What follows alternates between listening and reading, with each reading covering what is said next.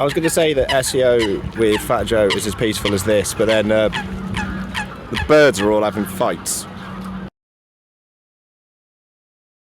Did you know that Google personalizes many searches by city and Also Asked is the only tool to access live People Also Ask data at city level? Try for free at alsoasked.com. Tired of SEO guesswork? Quadra's AI agent goes deeper to uncover high-impact optimizations and completes hours of SEO in minutes. Get started now.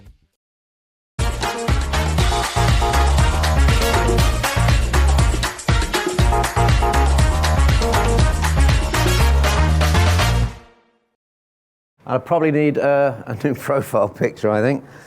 Thank you for staying here for this session. Lovely to see you. I know there's a lot of niceness going on outside, but I appreciate you all being here. My name's Steve Paine. I'm head of marketing for UK at Systrix. We're the Visibility Index people, and we do a study called the Visibility Leaders twice every year. Last time it was retail. We've done women's fashion. This time we're doing travel for the second time. So what we do is get 3 authors, we send them some data and some process, and we come up with leading examples of content in organic search. Hopefully examples that you guys can take a look at, learn from, blueprints for success, that sort of thing. It's a little bit of a less technical topic. We've got some trends, we've got some easy stuff, so you don't have to follow along too closely. We can have a little sing-song at the end as well if I've got time. Trends, winners, and analysis is what it's all about. So let's start with a few little trends. I might need some help here. This is a US trend that popped up at the end of last year, and I think this might be over. Northern Lights travel. This is a US thing. There's a lot of background search for Northern Lights travel. And what happened towards the end of year is basically everyone in the world seemed to see the Northern Lights, right? So massive spike on Northern Lights travel. And then things seem to have dropped off because basically, you know, Bob and Mildred in Southend can go up to see Jean and Tom in Liverpool and sit on their terrace and watch the Northern Lights now. So it's kind of game over. However, Get Your Guide is one of the big informational players in that space. So there's an example of a trend that might not be one you want to follow in the future. Let's get back to the UK trends. Lapland holidays, obviously an annually recurring trend, but this one has a rising yearly trend. So if you're working in that area, this is useful information for you to present your case for doing SEO content projects, that sort of thing. You can see a little dip here, the COVID dip, but you can see things have picked up way better on that since then. We like a little cruise in the UK. We like a cruise. We like a river cruise. We like a cruise from Southampton. And these are all these COVID dips. You can see things have picked up well, and you can see the annually recurring trend in there. Cheap cruises, obviously. Cunard cruises, and Amsterdam Canal cruise. And quite funny, my mum is actually on an Amsterdam, well, a Dutch Holland cruise right now, 4-day thing. So I thought, hello mum, you could be my expert. So there's my mum on a cruise, that's what she's doing. And I texted her the other day, I said, Mum, could you provide me with a quote? You're going on stage, I need a quote for, you know, I want some expert opinion here. She texts back, sorry love, I'm not really interested in cruise. I'm only going because Penny's going. I'm like, okay, Penny's her best friend, obviously. Mum, cannot use that. So I got no expert opinion on the cruises. Sorry about that. The engineer is like, you sure that slide's correct? But yeah, sorry, it is correct. Looking around that search very easily on Systrix, within 60 seconds you can get the keyword environment together and start looking at the top domains. We're going to go a bit deeper in a minute, but this is around Amsterdam cruises, which are not quite the same as the Holland cruise thing, but it's interesting. Couple of things here if you're working around this group of keywords is that you've got a good case here. You've got a long-term trend. This is a 5-year trend. We can see stable and growing search volume for that. And the second thing I want to point out is there's no tariffs for foreign domains in the UK, so there's no problem with .nl ranking basically Dutch-run websites ranking in UK search. We have to remember, actually, in the English language, there's a lot of competition from outside the UK. There's 1, 2 co-UKs in, the rest of them are .com, so do remember that. This is one was new to me. Does anyone know what a repositioning cruise is? Basically, if you want to get pissed for 5 days and you don't want to stop off on the cities, you book yourself a repositioning cruise, which is basically when they have to move the liner, the ferry from one place to another. You can sit, you can eat all you want, drink all you want, play bingo all you want. That one is rising quite quickly. So the point is, as we went into some of these keywords, we started finding little niches of new things popping up. Now, this isn't brand new, obviously, but you can see that among the research we've done, that one popped up. Other things that were popular in the March data for trends, obviously from the UK, looking for somewhere warm to go, Dubai, Mexico, and Australia were in there. And this one's quite interesting, Surrey Beach Resort. Anyone? No? Has heard of Surrey Beach Resort? Okay.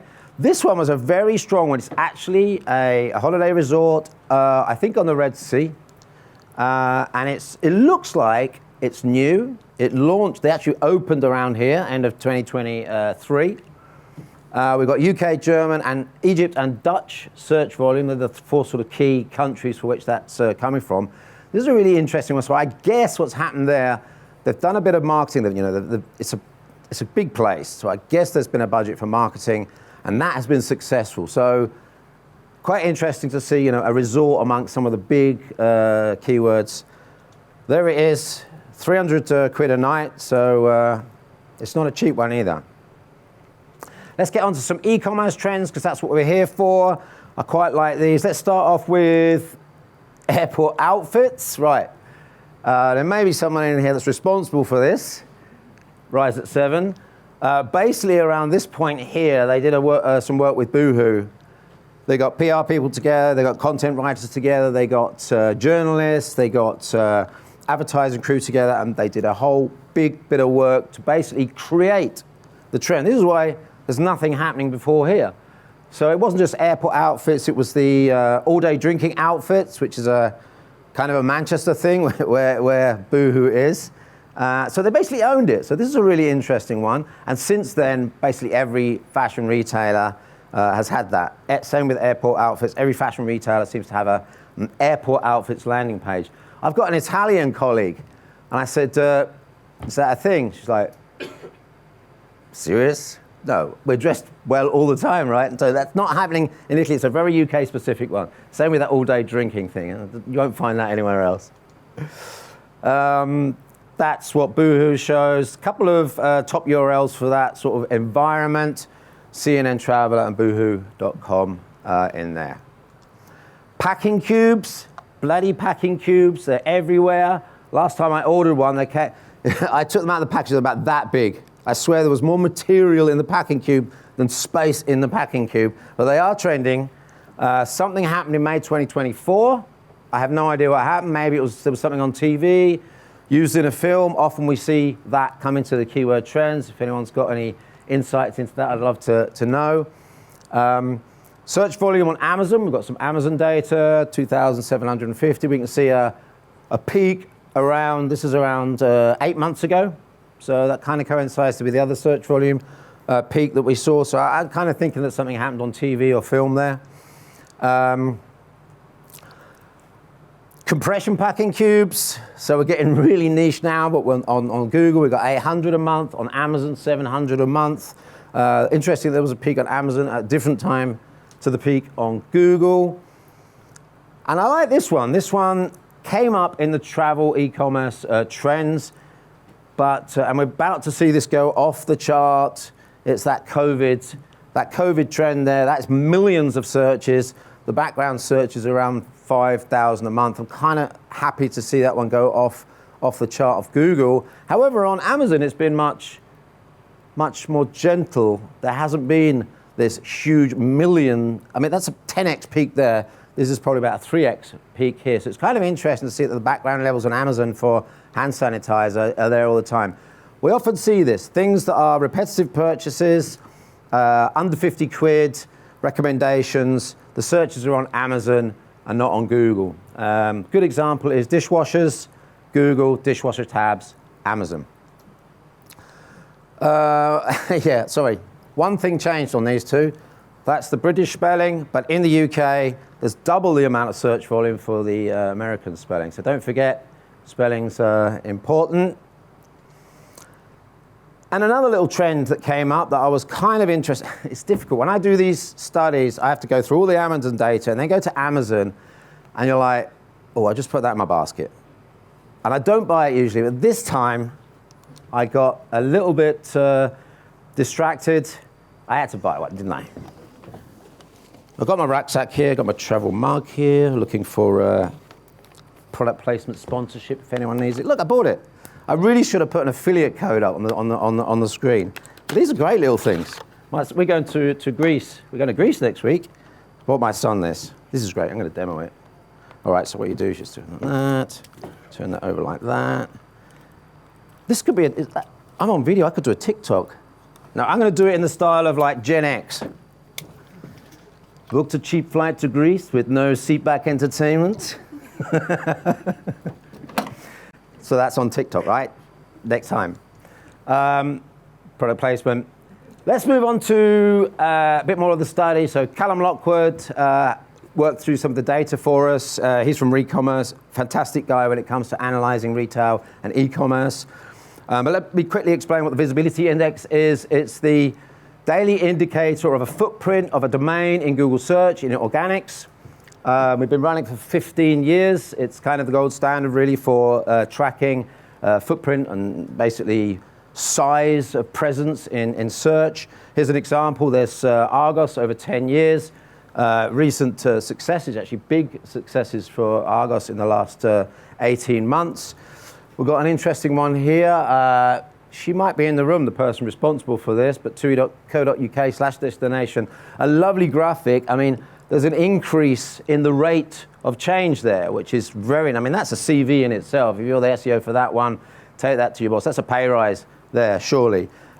Competitors, you can see, we can overlay stuff here. We've got TUI up here. We can see some of the other stuff falling away. Another way to visualize it is if it was Oxford Street, and we were looking at the retail space, you'd walk, I think Oxford Street is about 2 kilometers long. You go a kilometer on one side, it'd be Amazon, another 500 meters would be Amazon, then it'd be eBay, and you go over the other side, it'd be Karen Millen, which is basically the size of a guy with a sandwich board going, Karen Millen, nothing going on down there, and then all the way back up to Argos. So that's one way to look at the relationships between domains in terms of visibility index. But there's a problem with that, because what I've just done is taken 150 domains that I thought were on the high street or in retail, and I've listed them out. Well, that's wrong, because what happens is things change, right? Let's have a look at it. Sectors are difficult. If I take the study we did in 2023, the travel sector, these were the leading domains for travel information. Lonely Planet is up there, Gov.uk and Rough Guides, as you'd expect. We've got some nice little individual sites here, smallish ones. Nomadic Mat is notable, Solo Holidays and Solo Traveller. Well, they're interesting stuff. So if we reevaluate those, so we've got our list of domains, we reevaluate those, things change. Still got some stuff going at the top, but you might have noticed something there. This is on the same scale. We lost something. The actual absolute volume of stuff going on, the visibility changed. If I take the keyword set that I originally used and then reevaluate from that stage, we get a different picture. Reddit is now number 1 for the informational travel sector. Don't do that. Don't take a list of domains and then track it over time.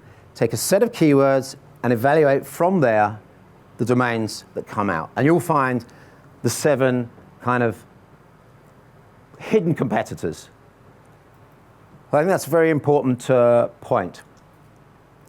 And here's Solo Traveller World. If you were an SEO sitting here, you're like, yeah, Reddit, but they're not really doing much. We're stable. We're stable. And then you get to here. Well, actually, if you're not looking at Reddit, if that's not even in your sites, you're going, yeah, we're doing well, we're doing well, we're doing well, we're doing well, we're doing well. But meanwhile, Reddit is taking the lead. So very important to keep those things updated. On Reddit, you can find out backpacks versus suitcase, backpacks every single time. The philosophical question, how do you cope with the fact that you can't see the entire world? Who writes that on Reddit? Or, I love this one, and I'm going to be using this one for the rest of my life. I fell for a bird poop pickpocket scam. Fascinating. Has anyone fallen for that one? You'll never walk under a tree in a city ever again in your life, I swear. Basically, you walk under a tree, bird poop, a couple of people come up and sort of, oh, I've got a tissue, thank you very much, and your phone's gone. So watch out if you take away anything from today. I love a bit of Reddit. So what I've done is I've taken that keyword set that we generated 2020, updated a bit of it, about 10% of it. I'll put that into a tracker, and that's now in the full report that I'll show on the, you get a QR code at the end. So we can start to see what's happening. You can see new players, you can see players dropping off, and the new players coming. So this is really important. So I will do this for going forward for all the visibility leader studies. I hope that if you're in that sector, you'll come back and take a look. Really, these are the sort of things you're going to be looking for. So that's gov.co.uk, who were leading. Something happened there. They've dropped down. So this is interesting stuff. This is the commercial do keyword set that we evaluated, much more stable. This is core update. So that's interesting to see. There's sort of a little bit of movement going on there during the March core update. I'm going to whiz through a bit of this, but if you are one of these sites, so that's newzealand.com, raileurope.com, booking.com, or Apta, well done, because you came up really top of the league in our studies. We've got a small informational, a small commercial, and then a large informational and commercial. These are great examples. In fact, booking.com/budget, and we're going down to directory level here in this analysis. It's the second time it's won this study. Now, Callum came out with a few interesting points, and you'll find them all on the study, the QR code at the end, but I just want to run through them. This one should be a no-brainer by now. And if you saw that airport outfits thing, you'll understand what I'm talking about. Get down to that niche level, create the relevant content, either commercial or informational at that level. It's still key. This one comes up every single time. I don't need to explain that. Putting users first. Don't put Google first, especially this year. Put the users first. Work on that. You're probably going to get better results. These are the things that we're seeing in the winners. Specialized sites are really starting to appear. Experts, perhaps. And Callum's got some information on changing intent that we can take into account when we do our research. So Greg, very quickly, got a couple of minutes. So /budget, this was the winner. They have scalable content. This is the number of keywords ranking. A massive change here about 2 years ago. Total coverage, SEO hygiene. What he means by SEO hygiene is they've done a bit of clearing up, and that's the next graphic. If I go back to their visibility index, you can see this big rise here, but if we overlay their /cheap directory, which they then collapsed into /budget, we can see what happened. Initial net gain. I don't believe this fall is related to anything that happened here or core updates, apart from that one, which maybe turned the tide a bit for them there. But that was a successful migration.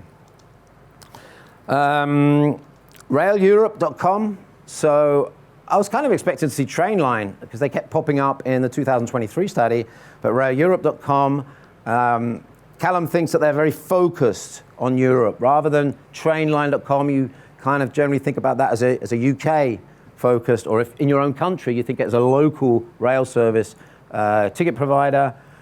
Good linking strategy. You need to go to the report, find out all the details that Callum has highlighted here.